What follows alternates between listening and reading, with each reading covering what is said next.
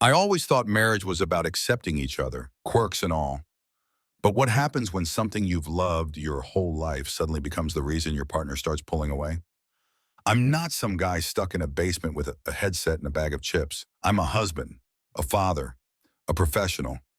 So why does my hobby make me less of a man in her eyes? My name's Jason. I'm 42 years old, and if you asked me to list three things that have kept me sane over the years, I'd tell you my family, my job, and video games. Yeah, you heard that last one right. Video games. Ever since I was a teenager, gaming has been my escape, my reset button. When the world got too loud, when stress from work felt like a weight on my chest, I'd slip on a headset or pick up a controller and dive into another world. One where I wasn't a manager dealing with deadlines or a dad trying to juggle four kids and a mortgage. In those moments, I was just me, not someone's husband, someone's employee, someone's father. Just Jason. I've never been the guy who let his responsibilities slide. I wake up, get the kids ready, help with homework, cook dinners when it's my turn, and show up to work like clockwork. I lead a team at a tech firm. I dress well, keep in shape, and I've never once let my hobby interfere with our family. I game late, after the house is asleep and the dishes are done. That's my time. My peace. When I met Emily, she knew all of this. She knew I loved gaming, even if she didn't really understand it. I just don't get the appeal, she said once, early on in our relationship. But if it makes you happy, then I'm happy. That stuck with me. It made me feel seen, accepted. Isn't that what love is supposed to be? But lately, something's shifted. What do you do when the thing that used to be your thing suddenly becomes a wedge in your marriage? When did the lines start to blur between acceptance and quiet resentment? It started subtly, little comments here and there. Still up playing games last night? Or must be nice to sleep in while I'm making pancakes for the kids. And yeah, I get it. She's a morning person. I'm not. We've always balanced that out. But something in her tone changed. Like my late nights weren't just an annoyance. They were becoming ammunition. I brushed it off. We've all got little irritations, right? No marriage is without friction.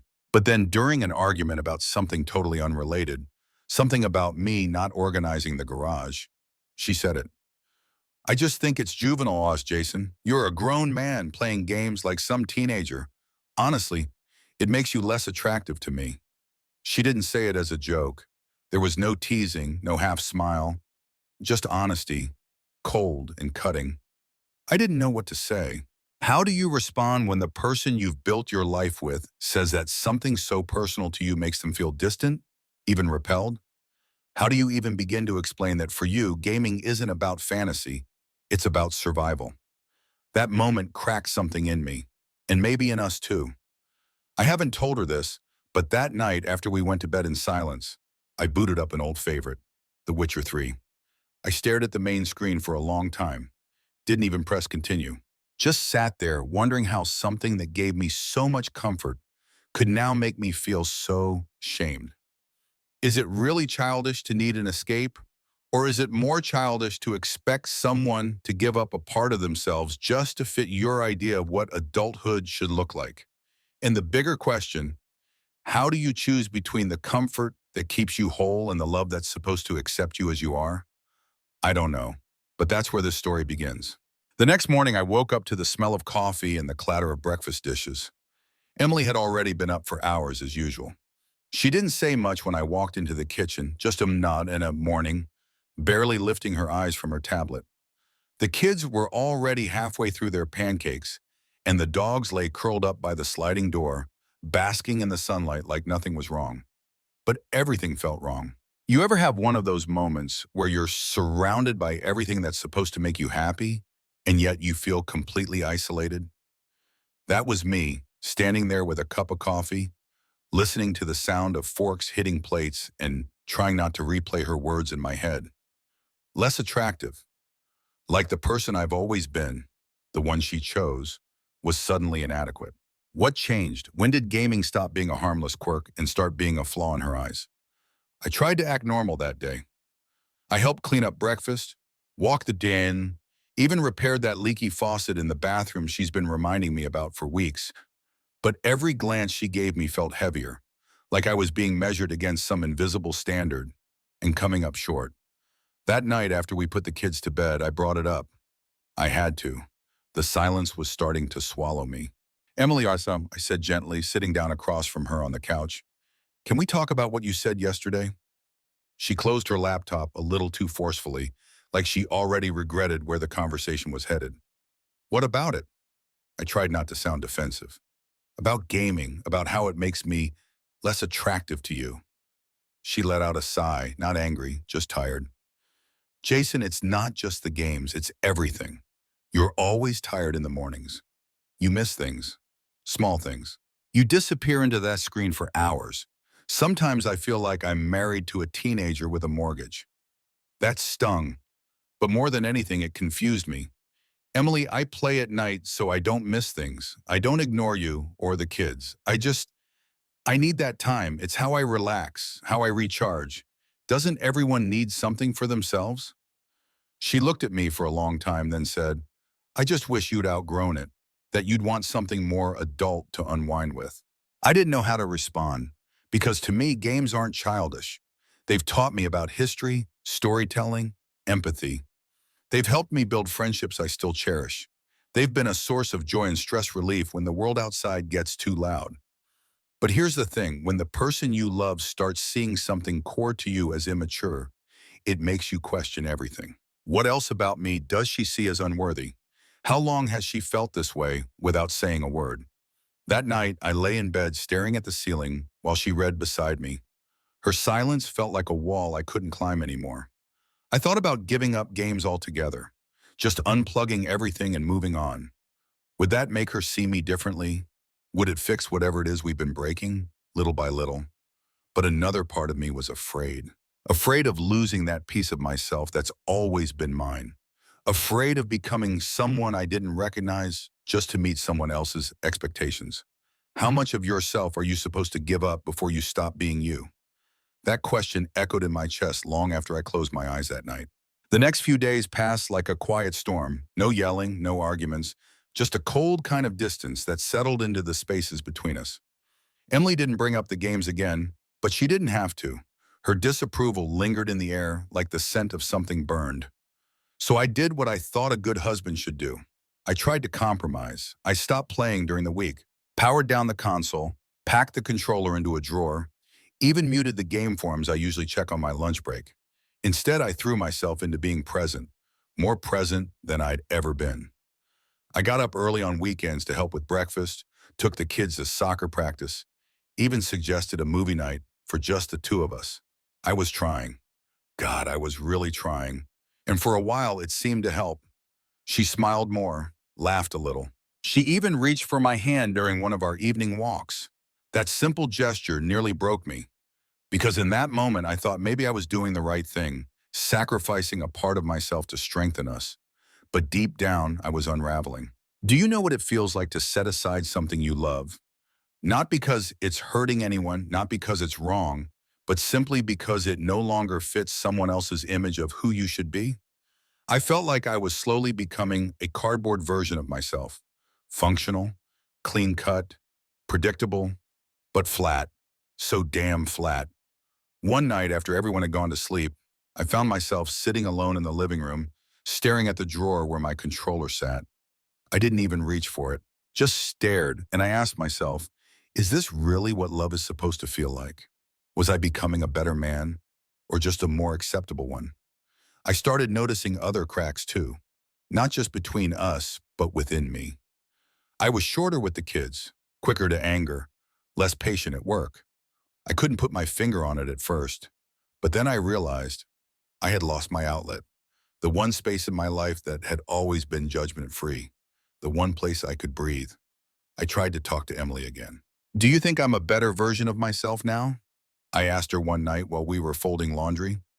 She looked at me puzzled. What do you mean? I mean, since I stopped playing, since I started doing all the things you wanted. My voice cracked a little at the end. I hadn't meant it to, but it did. She hesitated.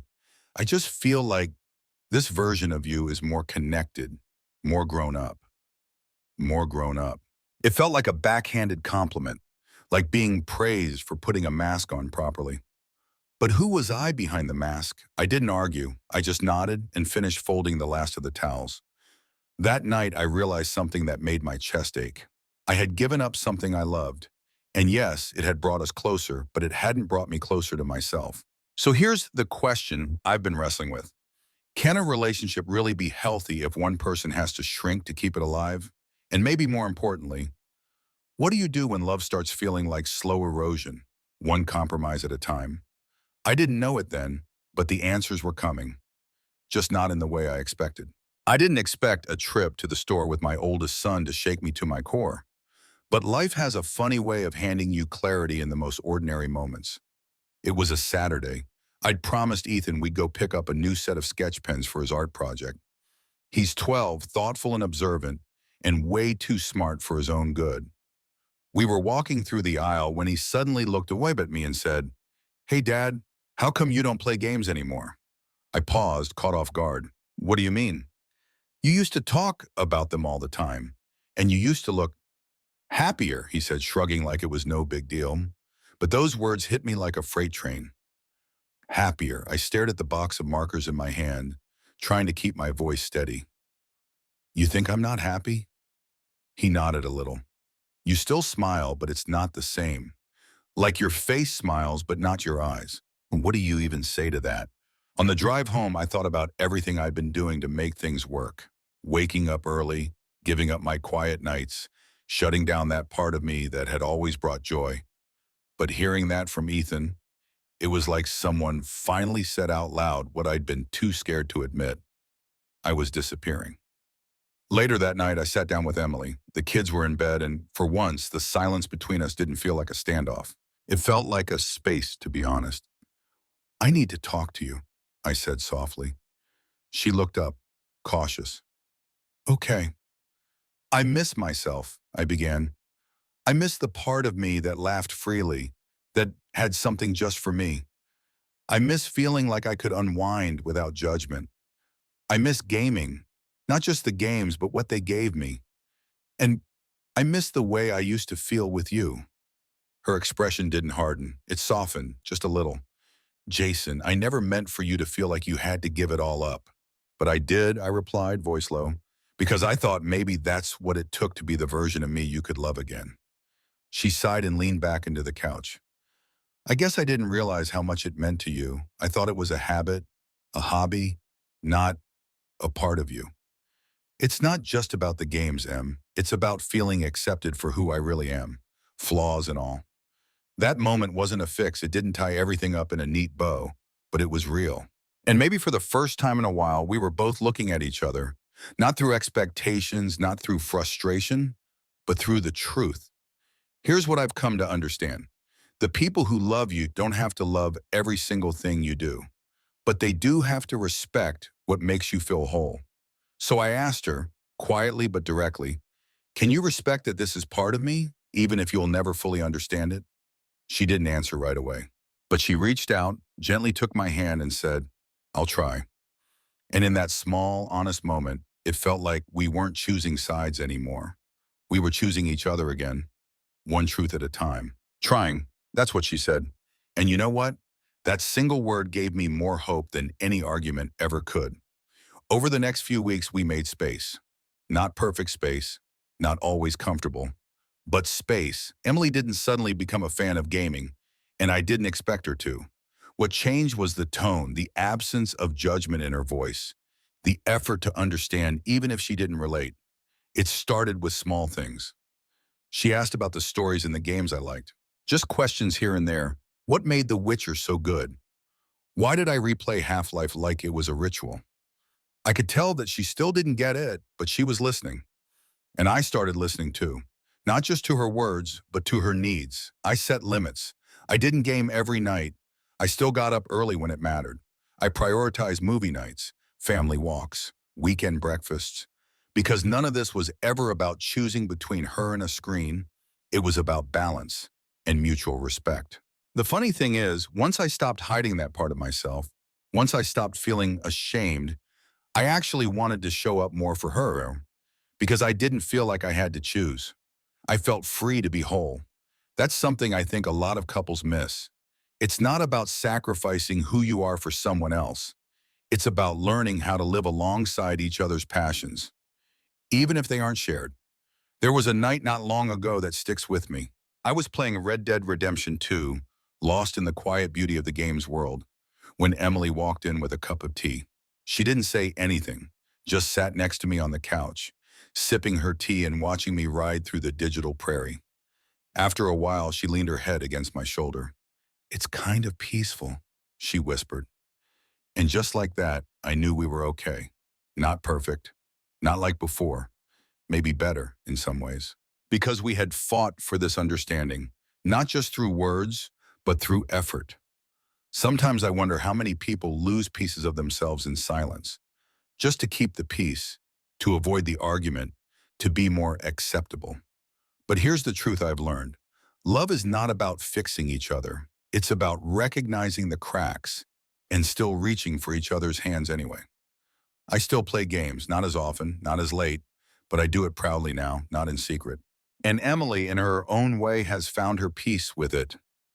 We've both grown, not by changing who we are, but by opening up space for who we've always been.